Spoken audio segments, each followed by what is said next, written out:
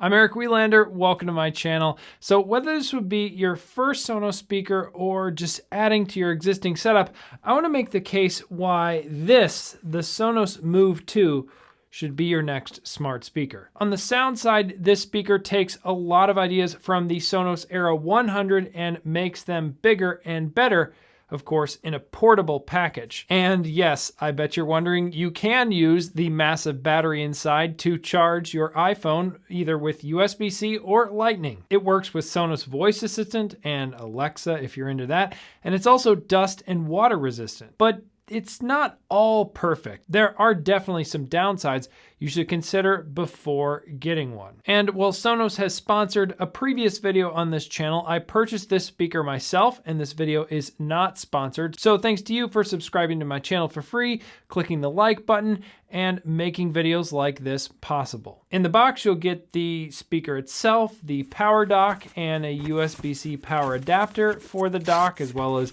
just some basic manuals for setup. Speaking of setup, it's pretty easy. You just plug in the dock and then put the speaker on the dock, press the power button, and then open the Sonos app on your phone.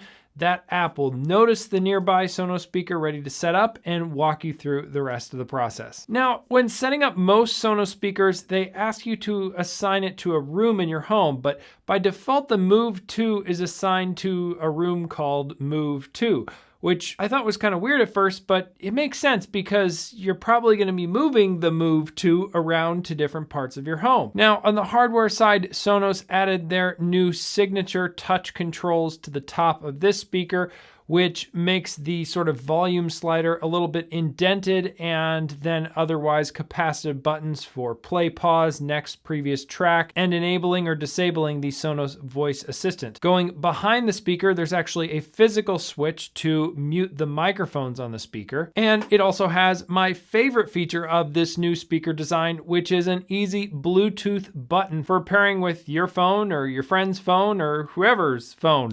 You just press and hold to start the pairing process and then find that speaker in your phone.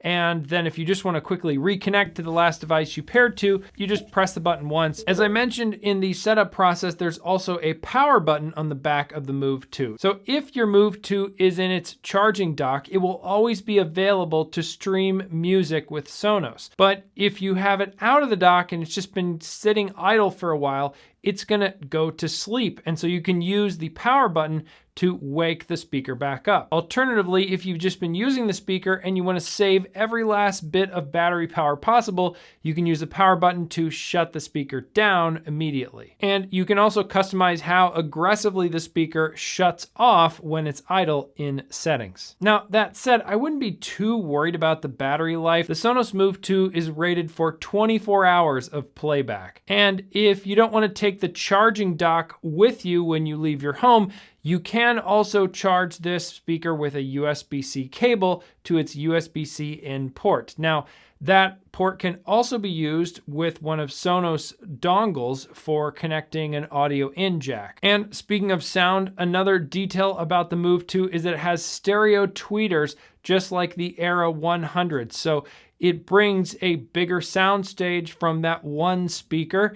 And I think it's nice because a lot of cases with the Move 2, you're going to just be bringing the one Move 2 out somewhere and then you get a bigger sound compared to the previous Move 1. Another advantage is you can pair a Move 2 in a stereo pair with another Sonos Move 2 to get an even bigger sound. Both versions still have this auto true play tuning, which I think is a really cool feature where it's always using the mics to retune the speaker for the sound, how it works in the area around it, based on where you set the speaker down. Now, speaking of taking this outside, this is never meant to replace built-in outdoor speakers. Those are always going to give you better and bigger sound, but that really starts to get into some details of where you might want to use this speaker. Now, first is, of course, in the charging dock, and then it just behaves like any other Sonos speaker. But if you just simply pick it up and take it with you, you can move it to anywhere else in your home. and the music just keeps playing when you do that. And if you're taking this, let's say out in the backyard or further away from your wireless router, you should have some additional range with Wi-Fi 6 support here, provided you have a Wi-Fi 6 compatible router or access point. Now, another use case I think is really cool is that if you have a Sonos soundbar for your television, you can pair the Sonos Move 2 with the audio from the soundbar. So let's say you're having a party for the big game and you have that on in your living room on the TV. Well, now you can also pair your Move 2 with the audio from the TV and then carry that out to your back deck so people further away from the TV can still hear what's going on with the game. Now, if you're into Apple smart home tech like I am, you can also add this to your Apple Home using AirPlay 2. So you can add it in the Apple Home app by going to Add Accessory, then More Options, and you'll see your Sonos speakers there. Now, I don't really use my Sonos speakers with AirPlay 2 much anymore. I tend to like to keep that to my HomePods and just use the Sonos speakers with the Sonos system. But it still works well in my experience, and it's a great way to tie playing music on a Sonos speaker with a particular scene in your Apple Home. And you can also group Sonos speakers with Apple HomePods or other AirPlay 2 speakers in the same multi-room audio group for playing back music. Just keep in mind that then you're using Apple's apps and devices to manage that playback rather than the Sonos app. Now, one thing I do use my Move 2 regularly for is listening to podcasts in the shower, because I can simply carry the Move 2 into our bathroom. And even though it could probably go in the shower without issue, I'd rather not risk it, so I don't put it in there. But then I just pair it with Bluetooth to my phone and then play podcasts that I can hear in the shower. Now, I've heard of other people using the smaller Sonos Roam to do this, but if you have a Move 2, it can do the job. Now, as I hinted at earlier, you can take this speaker on the road away from your home, but keep in mind when it leaves your home's Wi-Fi network, it's just going to work as a Bluetooth speaker, but that can be a great thing for just throwing this speaker in the back of your car and then bringing it somewhere else and having a really big high fidelity Bluetooth speaker to use wherever you are. Well, this does have a handle in the speaker, of course, for carrying it around your home. This travel idea gets me to some downsides. And the first is that it's not a great speaker if you want to fly with it. It's just not built for that. It's kind of heavy, it's big and bulky, which is great for a big sound, but you could fit it in your carry-on, of course, but it's just going to take up a lot of room. And also with the big built-in lithium-ion battery, it's not good to check this in your luggage. If you're looking for a Sonos speaker to fly with, I would go with the smaller Sonos Roam. It's, again, not going to give you as much sound, but you get a lot of similar features. Another downside of the Sonos Move 2 is if you get the white model, in my experience, the base of it is a very grippy rubber, which is a nice design for carrying, but then it can attract a lot of dirt and it really shows on the white color. And the rest of the speaker is this smooth plastic where you could just brush off the dirt, but the base feels a lot more like an Apple silicone case for their iPhones if you use one of those.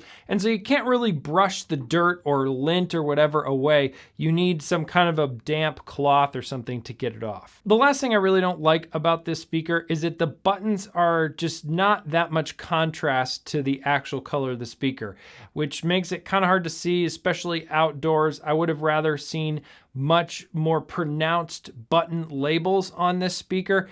It seems fine on some of Sonos's more indoor speakers, but kind of think of this as more an outdoor extreme speaker.